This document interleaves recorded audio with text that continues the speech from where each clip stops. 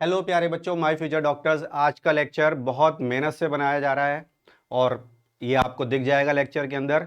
तो ज़रूर हमारे इस लेक्चर को पढ़ने के बाद बताइएगा कि आपको कैसा लगा और शेयर ज़रूर करिएगा, हमारे चैनल को सब्सक्राइब ज़रूर करिएगा। तो मैं शुरुआत करता हूँ बेटा सेल मेम्ब्रेन से। बहुत बच्चों को लगता है कि आसान टॉपिक है। हाँ, बिल्कुल आसान है, मुश्किल नहीं है बिल्कुल भी। सेल मेम्ब्रेन की बात की गई है page number 131 of class 11th NCERT book. ठीक है, पेज नंबर इज 131 और वहां पर फ्लूइड मोज़ेक मॉडल है जो सब बच्चे जानते हैं। 1972 में सिंगर और निकलसन ने दिया, बात सही है। बट हमें यह पता होना चाहिए कि सेल मेम्ब्रेन के जो मॉडल्स हैं वो सिर्फ दो ही तरीके के हैं। एक जो कहलाता है बाइलेयर मॉडल, जिसमें फ्लूइड मोज़ेक मॉडल भी आता है, वो कहलाते हैं बाइलेयर मॉडल। और बाइलेयर मॉडल कैसे होते हैं जरा सा देख लीजिए। बाइलेयर मॉडल में लिपिड की बाइलेयर है, हेड और दो टेल। ये लिपिड की बाइलेयर चल रही है, हेड और दो टेल, और बीच में आ जाते हैं इंटीग्रल प्रोटीन्स। ठीक है ना, ये रहे इंटीग्रल प्रोटीन्स। उसके बाद में बेटा फिर से आ जाते हैं बाइलेयर ऑफ लिपिड, ये चलती रहती है। और फिर उसके बाद में हम क्या देखते हैं कि प्रोटीन ही ऊपर और नीचे से सैंडविच कर लेते हैं लिपिड की बाइलेयर को, तो ये सैंडविच मॉडल भी कहलाता है। अब हुआ क्या कि एक बार नीट में क्वेश्चन आ गया कि ऑर्गेनाइजेशन सेल मेम्ब्रेन की कैसी होती है, तो वो भी देख लो। पी एल एल पी ये ऑर्गेनाइजेशन है, P P L L L P ऐसे करके ऑप्शन दिए हुए थे। बच्चों को समझ ही नहीं आया ये पी एल क्या है। P L P bilayer of lipid, peripheral protein, integral protein, protein, lipid, lipid और प्रोटीन, साथ में कार्बोहाइड्रेट भी जुड़े होते हैं। तो कार्बोहाइड्रेट प्रोटीन से जुड़ेंगे तो बन जाएंगे ग्लाइकोप्रोटीन, और लिपिड से जुड़ेंगे तो बन जाएंगे ग्लाइकोलिपिड। ये बाइलेयर मॉडल है और ये मेम्ब्रेन ऐसे चलती रहती है। हर एक बायो मेम्ब्रेन की ऑर्गेनाइजेशन ऐसी ही है। बट क्या हम ये जानते हैं कि जो दूसरा मॉडल है बच्चों वो है माइसिलर मॉडल, और इसकी बात एनसीईआरटी में नहीं की गई। ठीक है, क्या हम ये कह देंगे कि ये नीट में नहीं आएगा? ऐसा बिल्कुल भी नहीं है। माइसिलर मॉडल के बारे में जानना बहुत जरूरी है। देखो क्या हुआ वहां पर, यही जो लिपिड थे अब ये ऑर्गेनाइज हो गए एक छोटे से पार्टिकल में, माइसिली कहते हैं, बहुत छोटे से पार्टिकल को माइसिली बोलते हैं। ठीक है ना, तो ये आ गए साहब लिपिड, हेड और दो टेल। हेड बना होता है ग्लिसरॉल का और दो टेल होती हैं फैटी एसिड की। ठीक है, और उसके बाद में प्रोटीन ऑर्गेनाइज हो गया आकर के ये इस तरह से।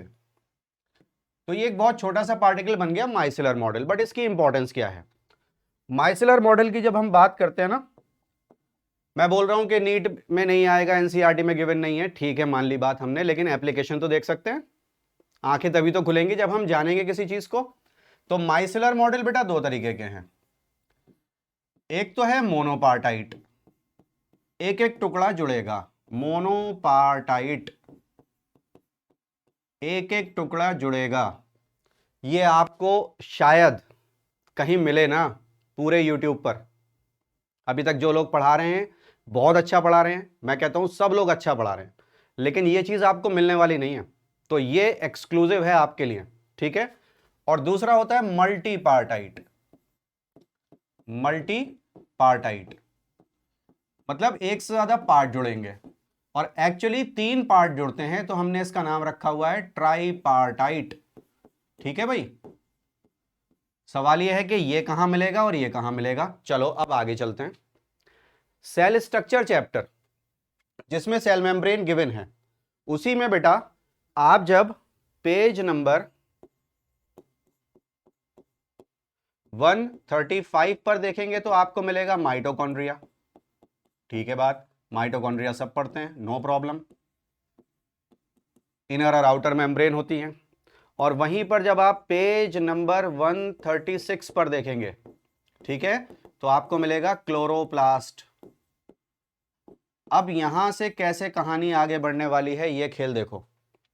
क्लोरोप्लास्ट में भी दो मेम्ब्रेन होती है, आउटर इनर मेम्ब्रेन। माइटोकॉन्ड्रिया में भी दो मेम्ब्रेन होती है, आउटर इनर मेम्ब्रेन।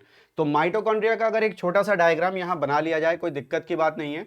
बच्चे तो माइटोकॉन्ड्रिया को बनने से पहले ही पहचान जाते हैं कि ये टीचर माइटोकॉन्ड्रिया बना रहे हैं, है ना भाई। लेकिन अब मैं आपसे ये कह रहा हूं कि आप जरा सा मेरे साथ आइए आगे, और इतने पार्ट को हम बड़ा करके देखते हैं, इसको मैग्नीफाई कर लेते हैं। ये रही साहब आउटर मेम्ब्रेन। चलो मैं कलर फिर से वाइट ले लेता हूं, ठीक है।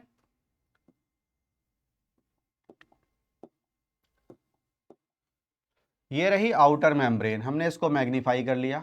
और ये रही इनर मेम्ब्रेन, जिसकी इन फोल्डिंग को हम क्रिस्टी बोलते हैं, लेकिन मेम्ब्रेन को जब मैग्नीफाई करते हैं तो ये हमको ट्राइलेमिनर दिखती है। ट्राइलेमिनर का मतलब एक वाइट, फिर बीच में ब्लैक और एक वाइट। तो ये जो दो वाइट लेयर्स हैं ये प्रोटीन है, और ये जो बीच का पार्ट है ये लिपिड की बाइलेयर है।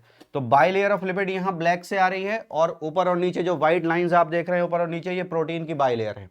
तो दिस इज आउटर मेम्ब्रेन। इसको आप देखेंगे तो इसमें छोटे छोटे से टुकड़े होते हैं, हर एक टुकड़े का नाम होता है subunit of person, subunit of person. और अब अगर आपसे कोई पूछे कि ये है क्या, तो आप भैया आप कहिए, नॉट भाइये, आप कहिए कि ये है माइसिली, माइसिलर मॉडल है ये एक एक टुकड़ा जुड़ा हुआ है आउटर मेम्ब्रेन में माइटोकॉन्ड्रिया की। फिर जब आप इनर मेम्ब्रेन को देखते हैं तो आपको पता चलता है कि इसमें भी ये टेनिस रैकेट लाइक पार्टिकल्स हैं, जिसको कि हम बोलते हैं F0 F1 पार्टिकल, ठीक है। ये इनर मेम्ब्रेन ऑफ माइटोकॉन्ड्रिया हो गई।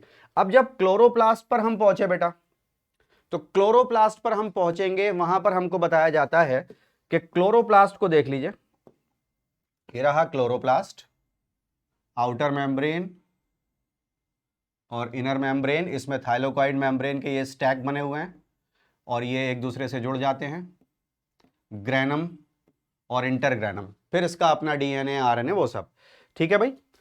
अब इसी का मॉडिफाइड वर्जन जब हम फोटोसिंथेसिस में जाते हैं तो हमको मिलता है पेज नंबर 212, 213, 214। ये बात हो रही है चैप्टर 13 की, बात यहां खत्म नहीं हो रही है। इसी तरीके से जब बेटा जाओगे चैप्टर 14 में, respiration in plant, page number 233, 234, इन दो पेजेस पर, तो आपको ये वाली चीज देखने को मिलेगी। ये हैं कहां से आ रहे हैं ये। अगर मैं क्लोरोप्लास्ट में इतने पार्ट को बड़ा करने की बात करूं, तो ये कुछ डायग्राम आपको एग्जैक्टली इसी कलर में वहां एनसीईआरटी में मिल भी जाएगा। ये उन्होंने पिंक या पर्पल कलर की थाइलाकॉइड मेम्ब्रेन का एक रिंग बनाया हुआ है, पेज नंबर 214 पर आपको मिल जाएगा। पेज नंबर 213 और 14 दोनों मिलाकर के एक टॉपिक है बेटा, केमी ऑस्मोटिक हाइपोथेसिस, पीटर मिटशेल का केमी ऑस्मोटिक हाइपोथेसिस। अब ये हाइपोथेसिस है क्या, 5 पॉइंट एनसीईआरटी में गिवन है, लेकिन हम इसको बेसिक बात समझ लें। पहले क्या कहा जाता था, अगर हम ये पेज नंबर 212 पर देखें तो हमको पता चलेगा एनसीईआरटी में कि भाई जब इलेक्ट्रॉन चल रहे हैं तो एटीपी बन रही है, एडीपी और इनऑर्गेनिक फॉस्फेट से एटीपी बन गई। ये पुराना कॉन्सेप्ट था। नया कॉन्सेप्ट ये है कि एटीपी बनाने वाला जो एंजाइम है एटीपेज या एटीपी सिंथेटेज, ठीक है बच्चों, सिंथेटेज, इसको एक्टिवेट करते हैं proton. This enzyme is activated by proton. तो एक तरफ कहा जा रहा है इलेक्ट्रॉन के चलने से एटीपी बनी, दूसरी तरफ कहा जा रहा है कि प्रोटॉन ने एटीपेज को एक्टिवेट करा। दोनों अपोजिट पार्टिकल हैं। कहां से आ गई ये बात, प्रोटॉन एक्टिवेट कर रहे हैं एटीपेज को, एटीपी बन रही है, इलेक्ट्रॉन के चलने से एटीपी बन रही है, पुरानी बात है। इन सब बातों को खत्म करके पीटर मिटशेल ने, इनका नाम गिवन नहीं है एनसीईआरटी में, केमी ऑस्मोटिक हाइपोथेसिस दिया। क्या कहा उन्होंने, जब इलेक्ट्रॉन चलते हैं तो प्रोटॉन इकट्ठा हो जाते हैं। अब देखो यहां मेम्ब्रेन में आप देखोगे ना, पेज नंबर 214 पर जाकर के, तो आपको पता चलेगा कि यहां इलेक्ट्रॉन ट्रांसपोर्ट हो रहा है। प्रोटॉन यहां इकट्ठे हो रहे हैं। और फिर यहां पर एक और चीज बनाई हुई है एनसीईआरटी ने, जिसका नाम लिखा है CF, coupling factor. CF stands for coupling factor. तो ये क्या काम कर रहा है कपलिंग फैक्टर? ये प्रोटॉन को हायर से लोअर कंसंट्रेशन ला करके और यहां जो एंजाइम था एटीपेज, उसको एक्टिवेट कर रहा है। तो पीटर मिटशेल ने कहा जब इलेक्ट्रॉन चलते हैं तो प्रोटॉन इकट्ठा हो जाते हैं। When electrons move they create proton concentration gradient. ये केमियोस्मोटिक हाइपोथेसिस है। इलेक्ट्रॉन और प्रोटॉन दोनों का सोर्स क्या है? आपको मालूम है, प्रोटॉन आते हैं वाटर के स्प्लिट होने से, और लाइट जब एब्जॉर्ब हो रही है फिर उसको रीमिट किया जा रहा है, इलेक्ट्रॉन निकल रहे हैं। तो इलेक्ट्रॉन और प्रोटॉन बेसिकली हाइड्रोजन बना लेते हैं मिलकर के। तो हाइड्रोजन ही जो वाटर की है वही सोर्स बन रही है। अब ये बात हो गई, समझ में आ गई। फिर जब बेटा हम पहुंचे चैप्टर 14 पर, पेज 233 और 234, यहां पर इनर माइटोकॉन्ड्रियल मेम्ब्रेन ये बनी हुई है। इसको ऐसे करके बनाया गया है, देखो ये ऐसे करके बनाया गया है। ब्लू कलर की ये स्ट्रिप बनाई गई है। पेज 233 पर भी है बहुत बड़ी सी, और 234 पर भी है। 234 पर है ब्लू कलर की स्ट्रिप, और इसके अंदर ये बेस, ये स्टॉक और ये हेड बनाया गया, और एक लाइन है। ये लाइन नहीं है, ये एरो है। ये एरो प्रोटॉन यहां से यहां जा रहे हैं अंदर की तरफ, और यहां हेड में एटीपेज है। तो माइटोकॉन्ड्रिया में इसका नाम क्या रख दिया गया? F0 F1 particle. तो ये F क्या चीज है हमें पता ही नहीं, और हम रट के जा रहे हैं यार, समझो तो बात को। बात ये हो रही है कि बाइलेयर मॉडल तो हमने पढ़ लिया, fluid mosaic model 1972 singer and Nicolson, लेकिन ये माइसलर मॉडल किसने दिया ये तो पता चल जाए। नीट में नहीं आएगा ठीक है, लेकिन एप्लीकेशन तो इतना जबरदस्त है कि ये जो ट्राईपार्टाइट हैं, मोनोपार्टाइट तो आउटर मेम्ब्रेन में आ गए, ट्राईपार्टाइट कहां है? इनर माइटोकॉन्ड्रियल मेम्ब्रेन में। 3 पार्ट हैं। इसको जरा सीधा करके ऐसे बना लेता हूं मैं यहां पर, ए बेस, स्टॉक और हेड। ये हेड के अंदर एटीपेज है, ठीक है। वही नाम जो F0 F1 दिया गया है माइटोकॉन्ड्रिया में, ये जो मेम्ब्रेन का डायग्राम बना हुआ है, यही नाम क्लोरोप्लास्ट में नाम दे दिया गया कपलिंग फैक्टर। बात समझ में आई? ये हैं वो ट्राईपार्टाइट माइसिली मेम्ब्रेन के टुकड़े। और माइसिलर मॉडल किसने दिया बच्चों? बहुत अच्छे से समझ लो, 1989 फर्नांडिस, मॉरन एंड जो स्ट्रैंड ने मिलकर।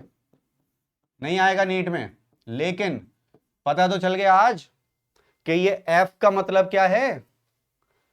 इनको फर्नांडिस मॉरन पार्टिकल भी कहते हैं, फर्नांडिस मॉरन पार्टिकल भी कहते हैं, इसीलिए F फॉर फर्नांडिस, जिन्होंने माइसिलर मॉडल दिया था, हेड ऑफ द प्रोजेक्ट। ठीक है बेटा, तो देखो कितनी सारी एप्लीकेशंस आ जाती हैं अगर रेफरेंस उठा करके पढ़ो। तो हम चले चैप्टर 8 से। चैप्टर 8 में सेल मेम्ब्रेन देखी, साथ ही साथ हमने माइटोकॉन्ड्रिया, क्लोरोप्लास्ट, और फिर चैप्टर 13 और चैप्टर 14 पर पहुंच गए। तो ये सारी चीजें लिंक्ड होती हैं। मैं हमेशा बोलता हूं कंपाइल अप करके पढ़ो यार। ठीक है बच्चों, वीडियो अगर जरा पसंद आई हो आपको तो इसको शेयर करिए, लाइक करिए, कमेंट में जरूर बताइएगा, और जितना ज्यादा हो सके हमें सपोर्ट करिए शेयर करके, सब्सक्राइब करके। Thank you so much. हम लोग दिन रात आपके लिए मेहनत कर रहे हैं और भी अच्छी अच्छी चीजें लेकर के आएंगे। So thank you so much for watching the video and God bless.